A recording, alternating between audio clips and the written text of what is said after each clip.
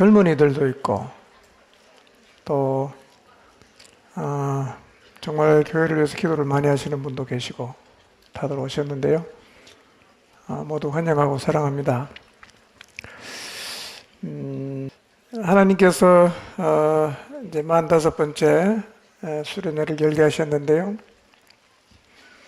늘 그래 오셨던 것처럼 이번에도 각 사람에게 은혜를 주시고 또 공동체의 영적 흐름이 상향되게 하는 은혜를 허락해 주실 것입니다.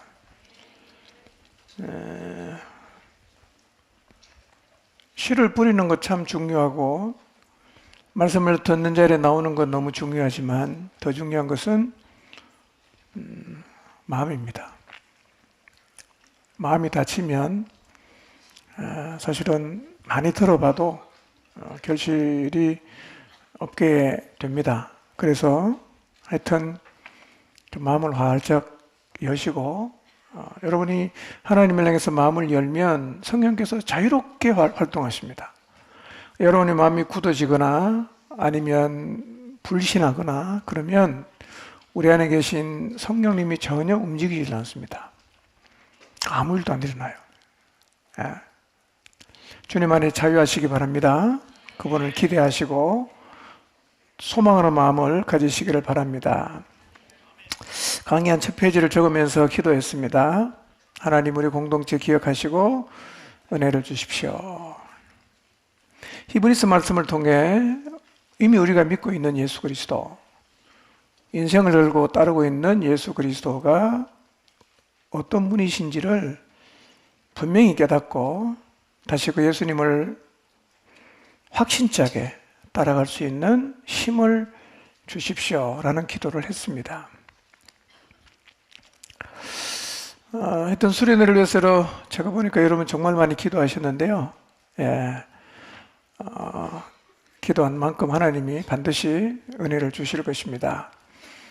제가 드린 기도 중에 하나는 이거예요. 하나님 제가 너무 쫓기지 않게 해주십시오. 마음이. 늘 시간에 쫓겼는데요. 이번에는 덜 쫓겼습니다. 아마 여러분이 기도를 많이 해주셔서 그런 것 같습니다. 기도해 주시고 또 식사로 섬겨 주시고 또 따뜻한 사랑의 마음을 전해 주신 분이 계셨는데요. 크게 격려가 되었습니다. 그리고 깊이 감사를 드립니다. 제가 1장부터 3장까지 준비를 했는데 시간을 계산해 보니까 이거 해낼 수 있겠나 고민은 많이 되고요. 하여튼 하는 데까지 열심히 해보도록 하겠습니다. 2025년 표를 같이 한번 외쳐보겠습니다. 시작. 아멘. 성령이 역사하신다는 사실을 아는 것도 중요하지만 더 중요한 것은 믿어야 돼요. 믿으시기 바랍니다. 여러분 하나님 기쁘시게 드리고 싶으시죠? 어떻게 하면 하나님 기쁘시게 할 수 있을까요? 열심히 살면 하나님 기뻐하실까요? 어떻게 하면 하나님 기뻐하시겠어요? 우리가 제가 하나님을 기쁘시게 드리고 싶습니다. 이런 기도를 한단 말이에요. 우리는 하나님을 기쁘시게 하려고 하면 뭔가를 해야 된다고 생각을 해요. 물론 우리가 주님 말씀에 순종하고 뭔가를 하는 것이 하나님을 기쁘시게 할 수 있는 일이긴 하지만 여러분이 정말 하나님을 기쁘시게 하기를 원한다면 히브리서 11장 6절 말씀 보면 믿음이 있어야 돼요. 믿음이 없으면 아무리 열심히 행동을 해도 하나님을 기쁘시게 할 수가 없어요. 여러분 정말 하나님을 기쁘시게 드리고 싶으시다면 하나님을 믿으시기를 바랍니다. 그분의 말씀을 그대로 믿으시기를 바랍니다. 그럼 여러분 하나님 기쁘시게 해드릴 수가 있을 것입니다. 여러분의 삶을 통해서 우리 하나님께 큰 기쁨을 올려드리게 되시기를 바랍니다. 2주에 걸쳐서 성령님이 어떤 분이신가에 대해서 말씀을 드리는데요. 성령님은 정말 우리의 삶의 전 영역에서 역사하시는 분이에요. 모든 영역에서 그분은 역사하시는데 이번 수련회 3박 4일이죠. 여러분 성령께서 역사하신다는 사실을 믿으시기를 바랍니다. 믿으십시오. 수련의 주제를 한번 또 외쳐보겠습니다. 시작. 예, 외쳐보겠습니다. 시작. 아멘. 예. 히브리서는 예수 그리스도가 누구신지를 이론적으로 설명하는 게 아니라 시리에 빠져 있고 신앙의 길을 떠날까 말까 고뇌하는 사람에게 실제적으로 예수 그리스도가 이런 분이시다라고 안타까운 마음으로 전해주는 책이 바로 히브리서입니다. 예수 그리스도가 누구십니까? 우리 뭐 다 예수님 믿는다 그러죠. 예수님 믿고 구원받았다라고 얘기를 합니다. 예수님에 대해서 말하라고 하면 여기서 말 못할 사람은 아무도 안 계시겠죠. 뭐 어떤 얘기를 해도 교회 오래 다닌 사람은 30분에서 1시간은 뭐 말할 수 있지 않겠어요? 이런 분이십니다. 저런 분이십니다. 많이 얘기할 수 있을 거예요. 우리가 예수님에 대해서 많이 알고 있긴 한데 어쩌면 우리가 알고 있는 예수님에 관한 사실들이 피상적인 지식일 수도 있어요. 예, 피상적인 지식. 겉으로 드러나는 모습만 우리가 알고 있을 수도 있습니다. 여러분 히브리서를 통해서 예수님이 어떤 분인가를 한번 확인해 보시면 이럴 수가 있어요. 너무 엄청나기 때문에 실감이 잘 안 날 수 있어요. 예수님이 어떤 분인가, 예수 그리스도가 누구신가 너무 어마어마한 분이란 말이에요. 그러니까 내가 지금 여기서 느끼는 그 감으로는 그분이 얼마나 대단한지 우리가 설명을 듣긴 하지만 그 간격이 너무 클 수가 있어요. 그러나 저는 성령님께서 여러분의 마음의 눈을 밝혀서 그 말의 의미가 무엇인지 마음으로 확 이렇게 깨닫게 되시기를 바랍니다. 와, 진짜 대단하다. 이게 여러분의 마음속으로 확 이렇게 와닿고 깨달아지게 되시기를 바랍니다. 그분이 얼마나 대단한 분이신가? 이런 분이라면 내가 이분을 위해서 인생을 드려도 하나도 문제가 안 되겠구나. 그런 여러분의 마음속에 확신이 들게 되시기를 바랍니다. 질문입니다. 질문은 아니고요. 한번 여러분에게 생각할 주제를 드려보겠습니다. 여러분 지금까지 교회 다니고 여러분 스스로 성경을 읽고 혹은 설교를 듣고 하여튼 여러분의 모든 지식을 다 동원해서 예수님이 누구신가를 한번 생각해 보십시오. 30초 드리겠습니다. 예수님이 누구신가 한번 생각해 보십시오. 내가 믿고 있는 예수 그리스도 그분이 누구인가 도대체?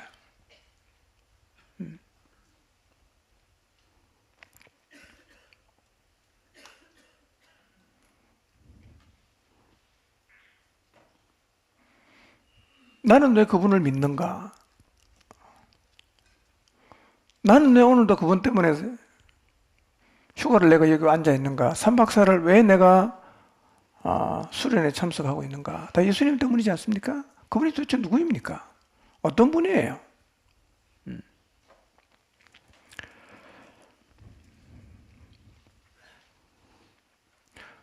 많은 생각이 머리에서 맴돌고 있죠? 자, 그러면 좀 가장 중요하다고 생각하는 한 서너 가지, 예수 그리스도가 누구신가 가장 중요하다고 생각되는 서너 가지를 옆에 있는 분하고 한번 얘기해 보시기 바랍니다. 예수님 이런 분입니다. 한번 얘기를 해보시기 바랍니다.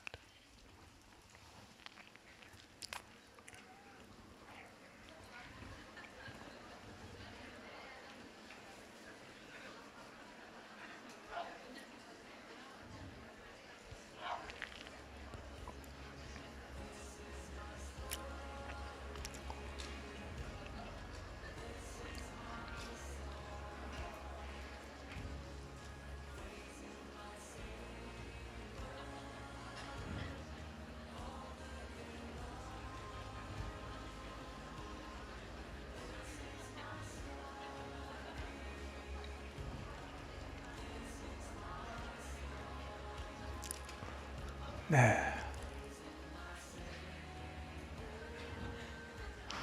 내일 점심 얘기하시면 안 됩니다. 자, 뭐 어떤 얘기든 하셨을 텐데요. 여러분이 예수님은 이런 분입니다라고 말을 했을 때 그게 여러분의 마음에 이렇게 와 닿는 얘기인가요? 아니면 내 마음과는 별로 상관없는 예수라는 분에 관한 정보인가요? 여러분이 말한 얘기가 정말 여러분에 와 닿는 얘기라고 하면 아마 예수님이 어떤 분이라고 할 때 우리 마음속에 굉장히 울림이 있을 거예요. 아, 이렇게 대단한 분이시구나. 그러나 여러분이 나눈 얘기가 여러분의 마음에는 하나도 와닿지 않는 그냥 뭐 누가 해도 이야기할 수 있는 인터넷에 예수 그리스도가 누구신가 딱 치면 나오는 그런 정보를 얘기했다고 하면 뭐 그런 얘기 1시간 동안 떠들어도 여러분의 마음에 아무런 느낌도 없을 것이고 영향을 안 주겠죠. 지금 나눈 얘기가 여러분의 마음에 울림이 있고 정말 여러분의 마음속에서 진심으로 정말 이런 분입니다 라고 여러분이 경험한 예수 그리스도를 말씀하셨나요? 이번 수련회를 통해서 우리는 예수 그리스도가 어떤 분인가를 좀 깊이 있게 돌아보게 될 것입니다. 이번 수련회를 통해서 예수님이 누구신지를 알 뿐 아니라 그 예수님을 다시 한번 믿고 그 예수님에게 순종하는 자리에 서게 되시기를 바랍니다. 먼저 히브리서 전체 서론을 좀 살펴보도록 하겠습니다. 전체 서론입니다. 전체 서론을 이해를 해야 1장부터 읽을 때 왜 이런 얘기를 적었는가가 우리가 이해가 돼요. 이 글의 그 배경을 이해를 못하면 사실은 왜 이런 얘기를 적었는지가 훨씬 우리에게 적게 와닿게 되는데요. 자, 히브리서 전체 서론인데요. 먼저 마태복음 17장 4절과 5절을 같이 한번 읽어보겠습니다. 소리내 같이 읽겠습니다. 시작.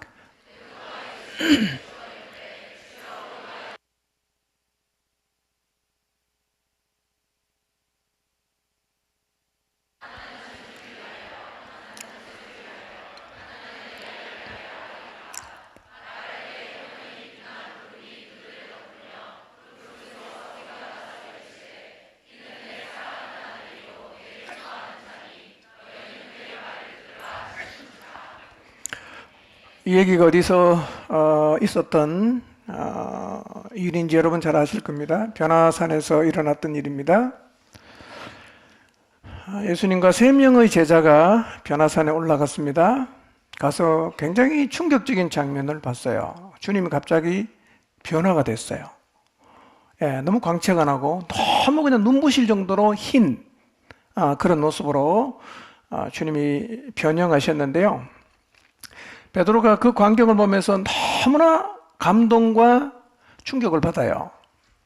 그래서 거기가 비록 불편하고 황량한 산 위지만 그건 이렇게 말합니다. 예수님, 우리가 여기 있는 게 좋겠습니다. 이렇게 말합니다. 우리가 여기 있는 게 좋겠습니다.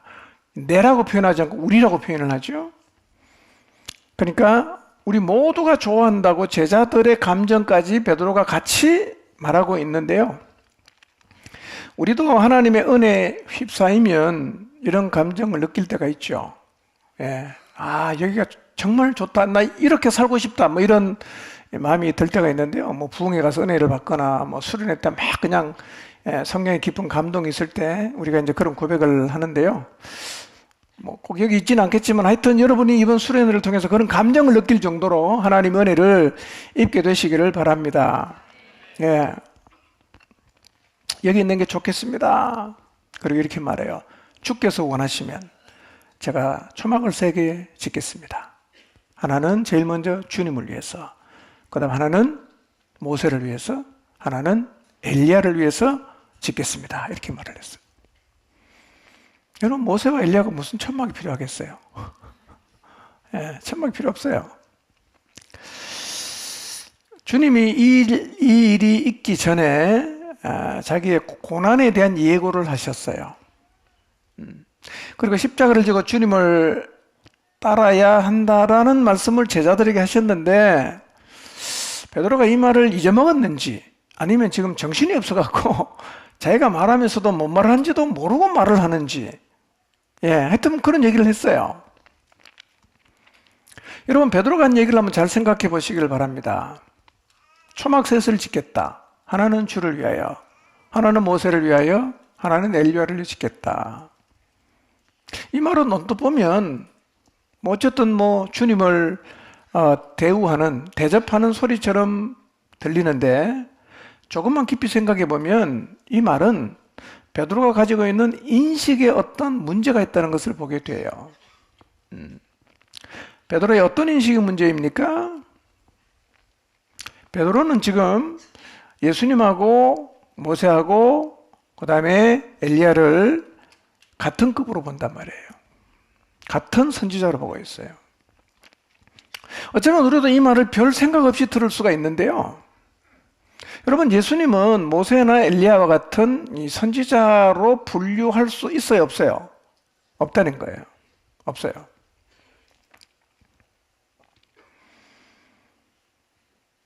지금 베드로는 자기가 지금 무슨 얘기하는지도 모르고 하여튼 얘기를 했어요. 그런데 갑자기 빛난 구름이 그들을 확 덮기를 시작했습니다. 구름이 산에 갑자기 확 꼈단 말이에요. 여러분 이렇게 구름이 꼈다는 것, 덮였다는 것은 하나님이 임재하실 때 나타나는 전형적인 모습이에요. 하나님의 임재가 임했다 이 얘기거든요. 성경에 보면 하나님은 구름으로 그의 수레를 삼으시는 분이다 이렇게 말을 했어요. 구름 속에서 이런 소리가 났어요. 이는 내 사랑하는 아들이요 내 기뻐하는 자니 너희는 그의 말을 들어라 이렇게 말씀하셨어요. 이 말은요 모세도 선지자고 엘리야도 선지자지만 예수는 내가 사랑하는 아들이고 내가 기뻐하는 자다. 너희는 그의 말을 들어라. 하나님께서 하늘에서 확실하게 서열을 정리를 하셨다는 거예요. 예수 그리스도는 모세와 엘리야와 동급에 놓을 수 있는 분입니까? 아닙니까? 아니라는 거예요. 정신없이 베드로가 그렇게 말을 했지만 구름 속에 나타난 그 영광 가운데 하나님이 하시는 말씀이 뭐냐? 너희는 그의 말을 들으라는 거예요. 예수의 말을 들어라. 그렇게 얘기를 했어요. 그리스도가 누구신가에 대한 혼란이 1세기 유대 그리스도인들에게 있었어요. 도대체 예수가 누구인가? 선지자보다 나은 자인가? 천사보다 나은 자인가? 이런 혼란이 1세기 유대 그리스도인들에게 있었어요. 그래서 이렇게 그리스도가 누구신지에 대한 혼란을 겪고 있는 1세기 유대 그리스도인들을 위해서 기록된 책이 바로 히브리서예요. 예수 그리스도는 이런 분이야 라는 얘기를 계속해서 하고 있습니다. 여러분 오늘날 예수 그리스도에 대한 무지 때문에 우리의 신앙도 혼란을 겪을 수가 있습니다. 아까 제가 질문 드렸죠. 여러분은 예수 그리스도가 누구라고 생각하십니까? 나름대로 다 대답을 하셨을 거예요. 우리가 예수님이 누군가라고 물으면 이렇게 대답할 수 있죠. 좋은 분입니다. 나를 사랑하시는 분입니다. 엄청나게 능력이 많은 분입니다. 우리에게 복을 주시는 분입니다. 기도하면 기도를 들어주시는 분입니다. 등등 나에게 잘 해주시는 예수님에 대해서 우리는 얘기를 많이 하죠. 그래서 이런 생각을 할 수 있어요. 나는 그분이 나에게 잘해준다면 죽을 때까지 따를 거다. 그러나 고난이 온다면, 나를 힘들게 한다면 나는 그런 것을 극복하고서까지 예수님을 따르고 싶지는 않다 라고 생각하고 있을 수가 있어요. 나는 잘해준다면, 기도하면 잘 들어주고 사랑 많이 해주고 우리 가정 책임져주고 그렇다면 나는 주님을 평생 따를 마음의 자세가 되어 있다. 그러나 고난을 당하게 한다거나 내 삶이 꼬이게 한다거나 가난하게 한다거나 그렇다면 나는 그것을 감수하면서까지 주님을 따르고 싶은 마음은 없다. 그런 생각을 하고 있을 수가 있다는 거예요. 많은 사람이 그리스도를 이 땅에서 평안과 형통을 주시는 분으로 생각하지요. 그래서 예수님을 믿었어요. 근데 좀 믿어보니까 평안과 형통을 잘 안 주시고 고난과 어려움을 주는 거예요. 이럴 바에는 내가 왜 예수를 믿어? 그래서 고난과 어려움이 오면 속에서 늘 갈등하는 거예요. 계속 예수를 믿어야 되나 그만 믿어야 되나, 교회를 계속 다녀야 되나 그만 다녀야 되냐, 이런 고민과 갈등을 하는 사람이 있는데요. 혹시 이 중에도 그런 분이 계실지 모르겠어요. 아니 기도해봐도 들어주지도 않는데, 이렇게 나를 힘들게 사는 걸 보고도 별로 도와주지도 않는데 내가 이 예수님을 계속 따라가야 되나? 그만 따라갈까? 이런 내면의 고뇌와 갈등을 하시는 분이 계실 수 있고요. 실제로 그래서 예수님을 따르다가 포기하고 예수님을 떠나가는 사람들이 적지 않습니다. 여러분, 우리가 예수님을 믿는 이유가 단지 이 땅에서 평안하게 살고 뭐든지 길 열어주고 잘 되게 해주시는 형통 때문일까요? 그게 전부일까요? 우리가 예수님을 믿는 전부가 평안과 형통을 주시고 좋은 일을 주시고 기도하면 잘 들어주시고 우리 가정 지켜주시고 우리 자식 잘 되게 하시고, 그래서 우리가 예수님을 따릅니까? 그게 전부입니까? 물론 주님이 그렇게 하실 수도 있어요.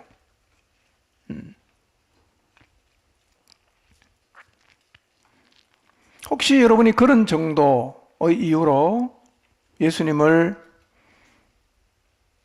따르고 계신다면 어느 순간 여러분은 이 무리에서 떨어져 나갈 수 있어요. 어느 순간 안 보일 수 있어요. 여러분, 평안과 형통을 주십니다. 그것은 일부이죠. 전부는 아니에요. 그게 다가 아니라는 거예요. 그리스도가 누구시냐 이거예요. 1세기의 그리스도인들이 왜 주님을 믿다가 떠나갔을까요? 그리스도를 피상적으로 아는 거죠. 겉모습만 안단 말이에요. 제대로 모르니까 피상적 그리스도를 보고 피상적 기대를 하고 따라 나서는데, 본질적으로 주님이 우리를 다루시기 위해서 뭔가 행하실 때 우리가 이해를 못하는 거예요. 이럴 바에 왜 내가 예수님 믿어? 이런 예수 필요 없다. 혹시 이런 말을 해보신 적 있습니까?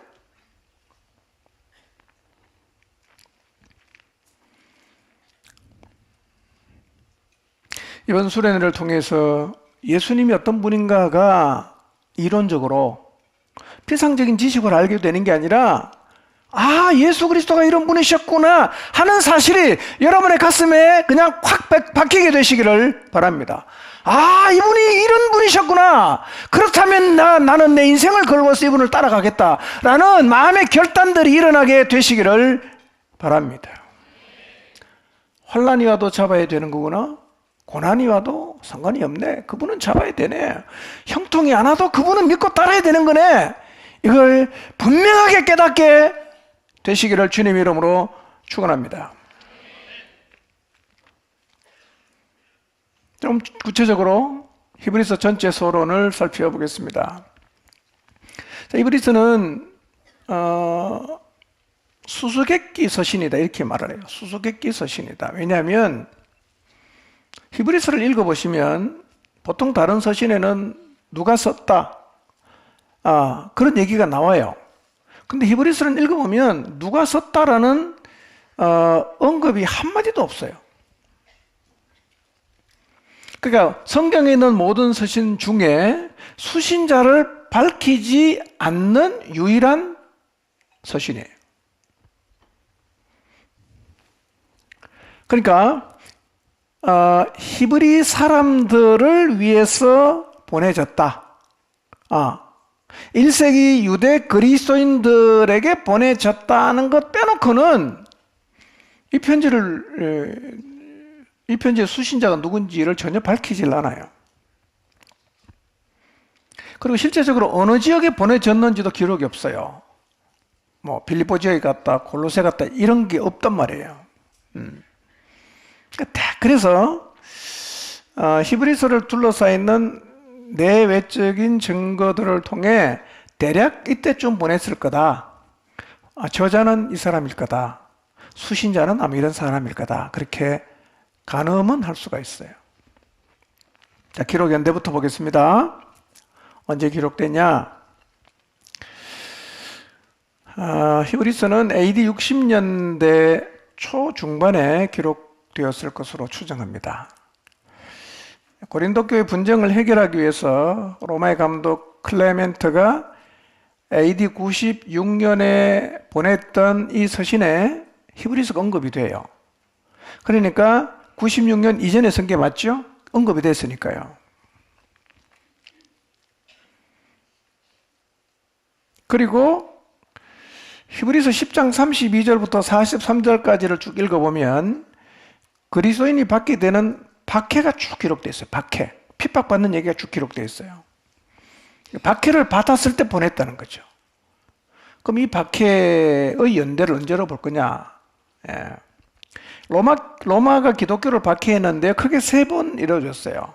크게 세 번. 첫 번째는 브리스가와 아굴라가 로마에서 쫓겨났는데 이 배경이 AD 49년에 클라우디우스라는 황제의 박해인데 이때는 물리적 박해는 없는데 다 쫓아내버렸어요. 다 나가라! 이렇게 나갔단 말이에요. 그게 AD 49년이에요. 그 다음에 66년에 누가 박해했냐면 여러분이 잘 아는 네로가 박해했어요. 로마에 때 화재가 있고 그걸 갖다가 기독교인에게 다 뒤집어 씌워갖고 굉장히 많은 그리스도인이 순교를 당했어요. 화형당하기도 하고 사자의 밥이 되기도 하고 그랬어요. 그리고 세 번째가 도미티아누스 황제인데 이건 AD 한 90년 정도가 되는데 히브리서의 내용 중에서 성전 제사가 예수 그리스도를 통해서 폐지가 됐다 이런 얘기를 많이 하거든요. 근데 예루살렘 성전이 파괴됐다는 것을 언급을 안 하는 걸 보면 아마 이 기록은 네로의 박해가 있었을 60년대 초중반에 기록됐을 것이다 이렇게 봐요. 60년대 초중반. 저자는 누구일까? 저자는 하여튼 확설이 많아요. 바울이라고도 하고 예전에는 다 바울로 확신을 했어요. 근데 이제 바울이 아니라는 게 이제 거의 확정이 됐어요. 바나바다, 아볼로다, 여러 얘기를 하는데요. 누군지는 아무도 몰라요. 근데 이제 이 히브리서를 기록한 저자가 어떤 사람인지 추정은 가능해요. 왜냐하면 히브리서 안에 있는 내용을 보면 이런 사람이겠다라고 추정은 할 수 있는데 자, 히브리서 13장 23절을 한번 보겠습니다. 13장 23절 시작.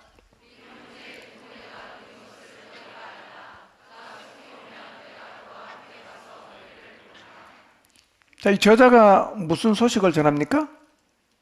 디모데가 석방이 됐다는 겁니다. 디모데가 석방됐다. 그러니까 디모데가 석방된 소식을 알리는 걸 보니까 이 히브리서를 기록한 사람은 디모데하고 관계가 있습니까? 없습니까? 있어요. 근데 왜 바울이 있었다고 주장을 했느냐면 디모데는 바울하고만 사역을 했거든요. 그러니까 디모데 석방 소식을 알리는 걸 보니까 이게 바울이 있었구나 이렇게 생각을 처음엔 했단 말이에요.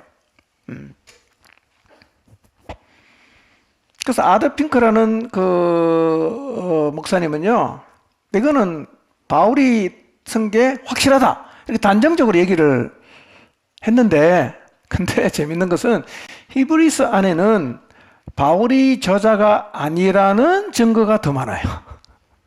예. 디모데하고 관계 있는 걸 보니까 바울이 쓴 것 같긴 한데 히브리서 안에는 바울이 쓰지 않았다는 증거가 더 많아요. 그 증거로 첫째는요, 바울은 모든 편지의 서두에 자기가 썼다고 밝혀요. 처음이나 끝에 밝힙니다. 근데 히브리서는 전혀 그걸 안 밝혀요.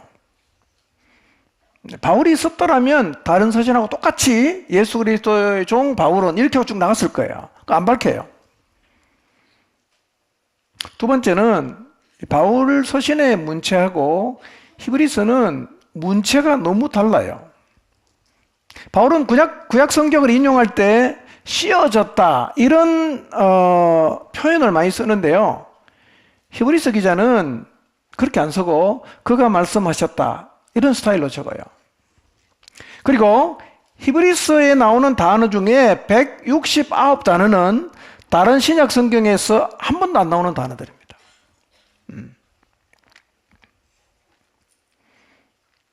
아주 독특한 단어예요. 바울이 썼다면 바울 서신에 나오는 단어와 중첩되는 게 많을 텐데요. 중첩되는 게 거의 없어요. 그러니까 이걸 보면 이것은 바울이 쓴 게 아니라는 거예요. 세 번째, 바울이 쓰지 않았다는 이유가 있어요. 2장 3절 한번 볼까요?